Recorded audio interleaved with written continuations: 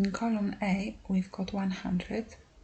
In column B, we've got 300. And in column C, we've got A1 plus B1. So here we should have 400. Go to Formulas tab. You can select Calculate Now, or you can select Calculate Sheet, or you can go to Calculation Options and change the settings to Automatic.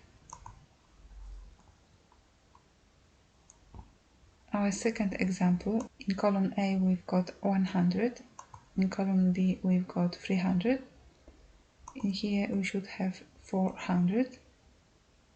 The reason why it's showing the formula, this is because cell is formatted as text. To fix it, select Home, go to Number section and change format to something else, e.g. General. Unfortunately, the Excel is still thinking that this is text.